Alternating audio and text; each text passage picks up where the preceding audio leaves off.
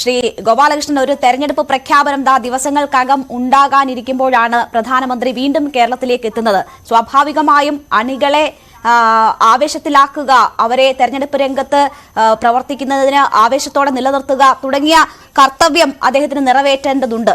അതിനാണോ മോദി 20 സീറ്റ് എന്ന അല്പം കടന്ന പ്രതീക്ഷ മുന്നോട്ട് വെച്ചിരിക്കുന്നത്?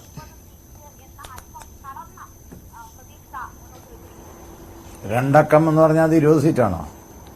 അല്ല, രണ്ടക്കം എന്ന പ്രതീക്ഷ. സോറി, രണ്ടക്കം എന്നാണ് അദ്ദേഹം പറഞ്ഞു എന്നാണ് ഇപ്പൊ നിങ്ങൾ പറഞ്ഞത്. അത് രണ്ടക്കം എന്നുള്ളത് അപ്പോൾ മോദിജി അല്ല, നിങ്ങളാണ് അതിനെ പല രീതിയിലും വ്യാഖ്യാനിക്കുന്നത്. അത് പോട്ടെ, ഭാരതീയ ജനതാ പാർട്ടിയെ സംബന്ധിച്ചിടത്തോളം എണ്ണയിട്ട യന്ത്രം പോലെ പ്രവർത്തിക്കുന്ന പ്രസ്ഥാനമാണ്. സ്വാഭാവികമായിട്ടും കേരളത്തിൻ്റെതായിട്ടുള്ള ചില സാഹചര്യങ്ങളുണ്ട്, ഞാൻ നിഷേധിക്കുന്നില്ല.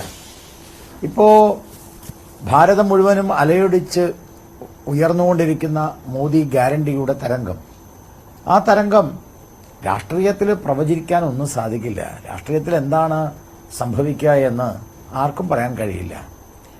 അതുകൊണ്ട് BJPയെ സംബന്ധിച്ചിടത്തോളം കേരളത്തിൽ ഞങ്ങൾ ഒരു എഡ്ജിലാണ് നിൽക്കുന്നത്. ആ എഡ്ജ് മറികടക്കുക എന്ന് പറഞ്ഞാൽ പിന്നെ കേരളത്തിന്റെ ഭരണം BJP നേടുക എന്നുള്ളതാണ്. ആ എഡ്ജ് മറികടക്കാൻ ഞങ്ങൾക്ക് കഴിഞ്ഞിട്ടില്ല, സത്യമാണ്. BJPയെ സംബന്ധിച്ചിടത്തോളം CPMനെ കമ്പയർ ചെയ്യുമ്പോൾ, ഇപ്പൊ സമ്പത്തിനോട് ചോദിച്ചാൽ അദ്ദേഹം പറയുമല്ലോ, CPMനെ കമ്പയർ ചെയ്യുമ്പോൾ ആ CPMനേക്കാൾ ശക്തമായിട്ടുള്ള സംഘടനാ സംവിധാനം ഞങ്ങൾക്കുണ്ട്. സ്വാഭാവികമായിട്ടും ഒരു ഭരണമോ അല്ലെങ്കിൽ ആ രീതിയിലുള്ള ഒരു കാര്യങ്ങളോ ഞങ്ങൾക്ക് കിട്ടാത്തത് കൊണ്ട് ഒരു പാൻ കേരള ലീഡേഴ്സായിട്ട് ഞങ്ങളുടെ പല ആളുകളും വളർന്നിട്ടില്ല. പക്ഷെ എന്നാലും ഒരു സംഘടനാ സംവിധാനം വളരെ ശക്തമായിട്ട് നിലനിൽക്കുന്നു. ഇതുവരെ കാലങ്ങളായിട്ട് ഒന്നും നേടിയിട്ടില്ല. കാലങ്ങളായിട്ട് കയ്യിൽ നിന്ന് പണം കൊടുത്ത് ചെലവാക്കി ഈ പ്രസ്ഥാനം വിജയിക്കുന്നത് കാണാൻ ആഗ്രഹിക്കുന്ന ലക്ഷക്കണക്കിന് പ്രവർത്തകരുടെ ഒരു പാർട്ടിയാണ്, സമ്പത്തുള്ള ഒരു പാർട്ടിയാണ് ഭാരതീയ ജനതാ പാർട്ടി. അവരുടെ മനസ്സിൽ ഒരൊറ്റ സങ്കല്പമേ ഉള്ളൂ, BJP കേരളത്തിൽ അധികാരത്തിൽ വരണം, BJP കേരളത്തിൽ ജയിക്കണം.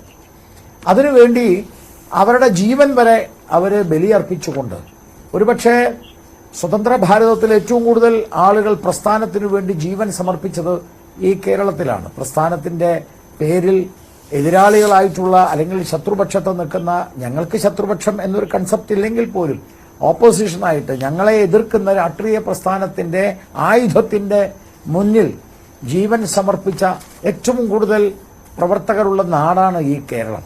അപ്പോൾ ആ കേരളം ഇന്നല്ലെങ്കിൽ നാളെ പിടിച്ചെടുക്കുക എന്നത് ഞങ്ങളുടെ കേന്ദ്ര നേതാക്കന്മാരുടെയും തീർച്ചയായും ശ്രീ ഗോപാലകൃഷ്ണൻ, അങ്ങനെ ഒരു ആഗ്രഹം, ആശ BJP പ്രവർത്തകർക്കുണ്ട്, നേതാക്കൾക്ക് അതിനുവേണ്ടി പ്രവർത്തിക്കാനുള്ള ആഗ്രഹമുണ്ട്, അതിനുവേണ്ടി അവരെ പ്രാപ്തരാക്കാനുള്ള ഉത്തരവാദിത്വവുമുണ്ട്. പക്ഷേ നമ്മൾ യാഥാർത്ഥ്യവുമായി എങ്ങനെ ഇത് പൊരുത്തപ്പെട്ടു പോകും എന്ന് നോക്കാമല്ലോ. ആകെ 20 സീറ്റാണുള്ളത്. രണ്ടക്കം എന്ന് പറയുമ്പോൾ അതിന്റെ നേർപകുതി വേണം. അതിനുള്ളൊരു രാഷ്ട്രീയ സാഹചര്യം കേരളത്തിലുണ്ടോ എന്നതാണല്ലോ ചോദ്യം. അവിടെയാണ് അക്കൗണ്ട് പോലും ഇതുവരെ തുറക്കാൻ കഴിയാത്ത BJP രണ്ടക്കം എന്ന് പ്രധാനമന്ത്രി പറയുന്നത് സാധാരണ ഭാഷയിൽ ചോദിച്ചാൽ അല്പം തള്ളാണോ എന്ന് ചോദിക്കേണ്ടി വരുന്നത്. അല്ല, അത് ഈ തള്ളു കേട്ട് പരിചയപ്പെട്ട നിങ്ങളെപ്പോലുള്ള ആളുകൾക്ക് ഇതൊക്കെ തള്ളാവും. രണ്ടക്കം ഇല്ലാതിരുന്ന കാലഘട്ടത്തിലല്ലേ, സീറ്റ് പോലും ഉണ്ടാവാതിരുന്ന കാലഘട്ടത്തിലല്ലേ ഞങ്ങൾ UPയിൽ ഞങ്ങൾ മുഴുവൻ സീറ്റും പിടിച്ചെടുക്കുന്ന തരത്തിലേക്ക് വളർന്നത്. തീരെ എന്താ പറയാ, കേവലം 2 സീറ്റ് മാത്രം ഉണ്ടായിരുന്ന കാലഘട്ടത്തിൽ ഇന്ത്യയിൽ നിങ്ങളെപ്പോലുള്ള ആളുകളുടെ ഭാഷയിൽ പറഞ്ഞാൽ അടൽ ബിഹാരി വാജ്പേയിയുടെ പ്രസംഗം തള്ളാണ് എന്നാണ് പറഞ്ഞിരുന്നത്. സമ്പത്തിനൊക്കെ അറിയുമോ അത്? അന്ന് ഇന്ത്യൻ പാർലമെന്റിൽ 2 സീറ്റ് മാത്രമേ ഉള്ളൂ.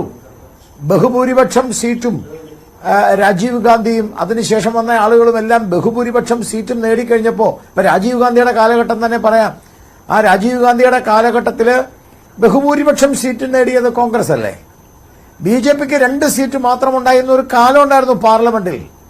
അന്ന് ബഹുമാനപ്പെട്ട അന്നത്തെ നേതാവ്, BJP നേതാവായിട്ടുള്ള ആരാധ്യനായ അടൽ ബിഹാരി വാജ്പേയിയുടെ മനോഹരമായ പ്രസംഗം യൂട്യൂബിൽ നിങ്ങൾ അടിച്ചാൽ മതി, അത് തള്ളായിരുന്നില്ല. അന്ന് അദ്ദേഹം പറഞ്ഞു, ഇന്ന് 2 പേര് ഞങ്ങൾ ഇവിടെ, നിങ്ങൾ ബഹുഭൂരിപക്ഷം അവിടെ. പക്ഷെ ഞങ്ങൾ ബഹുഭൂരിപക്ഷം അവിടെയും, നിങ്ങൾ ഇതേപോലെ ഞങ്ങളിരിക്കുന്ന സ്ഥലത്തേക്ക് നിങ്ങളും വരുന്ന ഒരു കാലം വരും.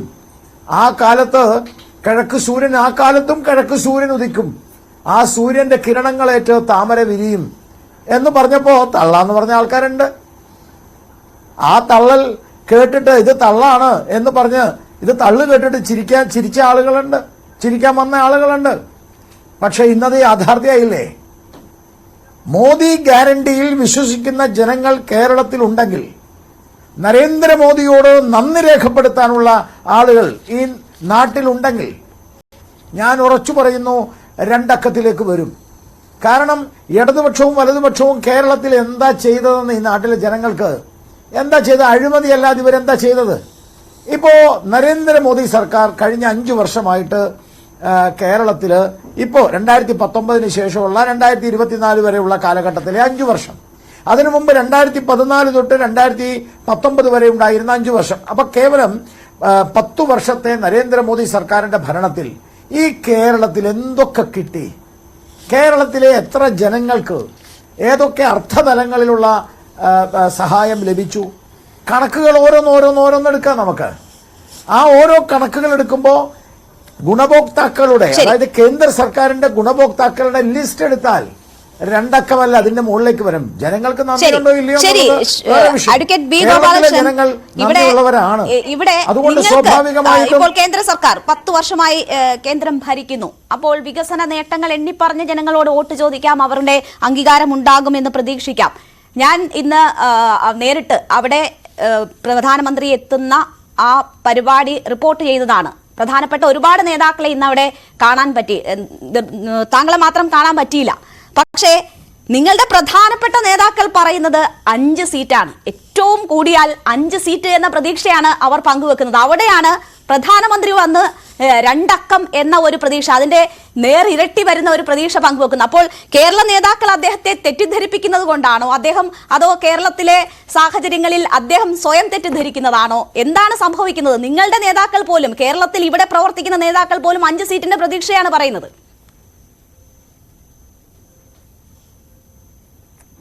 നിങ്ങൾ ഈ 2 അക്കവും 5 അക്കവും 2 അക്കവും 5 സീറ്റും ഒക്കെ മാറ്റി വെക്കുന്നത് എന്നെ കണ്ടില്ല. അപ്പൊ അതുകൊണ്ട് അതൊക്കെ മാറ്റി വെക്കേ. അല്ല, ഞാൻ അതൊക്കെ മാറ്റി വെക്കുകയാണ്. ഞാൻ ബഹുമാനപ്പെട്ട പ്രധാനമന്ത്രി എന്താണോ പറഞ്ഞത് അതിൽ എന്നെ ഊന്നി നിൽക്കുകയാണ്. അതിൽ ഊന്നി നിൽക്കുന്നു എന്ന് പറയുന്നത് ഞങ്ങളെ സംബന്ധിച്ചിടത്തോളം ഒരു എഡ്ജിലാണ് ഞങ്ങൾ നിൽക്കുന്നത്. ഞാൻ നേരത്തെ പറഞ്ഞല്ലോ, BJP നിൽക്കുന്നത് ഒരു എഡ്ജിലാണ്. ഇപ്പോ BJP ജയിക്കുമെന്ന് പറയുമ്പോൾ സമ്പത്ത് ചിരിക്കും, അല്ലെങ്കിൽ എന്റെ കോൺഗ്രസിന്റെ സുഹൃത്തുക്കൾ, കാരണം അവർ ചിരിക്കണോ? അവർ ചിരിച്ചുകൊണ്ട് തോക്കും പറയണോ? ഞങ്ങളെ സംബന്ധിച്ചോളം ഞങ്ങൾ ജയിക്കും ഞങ്ങൾ പറയണോ? അതല്ലേ രാഷ്ട്രീയം. ഇപ്പൊ സമ്പത്ത് ഞാൻ പറയാണ്, ഇത് ജയിക്കുന്ന പറഞ്ഞ ഉടനെ സമ്പത്ത് ആ ജയിക്കാൻ സാഹചര്യം ഉണ്ടെന്ന് സമ്പത്ത് പറഞ്ഞപ്പോ സമ്പത്തിന്റെ പൊളിറ്റിക്സ് പോയില്ലേ?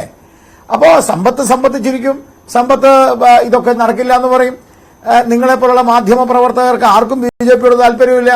അതുകൊണ്ട് നിങ്ങൾ പറയും ഇത് നിങ്ങൾ തെറ്റിദ്ധരിപ്പിച്ചാണോ എന്ന് ചോദിക്കും. പക്ഷെ ഞാൻ അതിലേക്കൊന്നുമല്ല. നിങ്ങൾ ഈ 2ന്റെ കാര്യവും 5ന്റെ കാര്യമൊക്കെ മാറ്റിവെക്ക്. ഭാരതീയ ജനതാ പാർട്ടിയെ സംബന്ധിച്ചിടത്തോളം ഒരൊറ്റ വാക്കിൽ ഞാൻ പറയും, കേരളത്തിലെ, അതാണല്ലോ അദ്ദേഹത്തിന്റെ ഊന്നൽ എന്താ, കേരളത്തിലെ ഇടതുപക്ഷവും വലതുപക്ഷവും അഴിമതിയാണ്. ഈ നാട്ടിലെ ജനങ്ങൾക്ക് അഴിമതിയുടെ ഭരണം വേണോ, സദ്ഭരണം വേണോ? അതാണ് ചോദ്യം.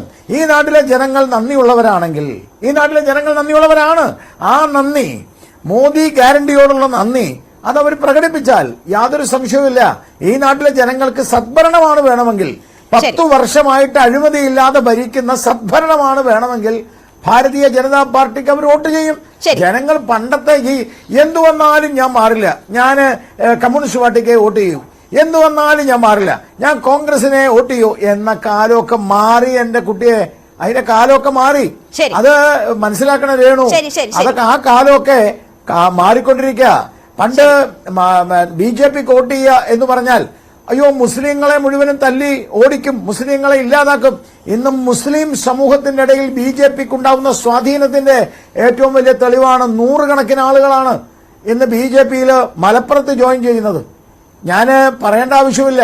പ്രഗത്ഭനായ പ്രാസംഗികൻ, CPMന്റെ കൂടെ പോയ ആള്, അവര് വരെ ഇന്ന് ഭാരതീയ ജനതാ പാർട്ടിയോടൊപ്പം ചേർന്നിരിക്കുന്ന അവസ്ഥയാണ് കോഴിക്കോടും മലപ്പുറത്തും ഒക്കെ കാണാനുള്ളത്. ശരി, ഞാൻ ഇവിടുത്തെ താങ്കളിലേക്ക് ക്രൈസ്തവ തിരിച്ചെത്താം, ശ്രീ മത മേലധ്യക്ഷന്മാര് ശ്രീ അവര് പരിപൂർണമായും ശരി, ഞാൻ താങ്കളിലേക്ക് തിരിച്ചെത്താം. ശ്രീ ജിൻഡോ ജോൺ, ഇവിടെ ഇപ്പോൾ പ്രധാനമന്ത്രി എത്തി അവർ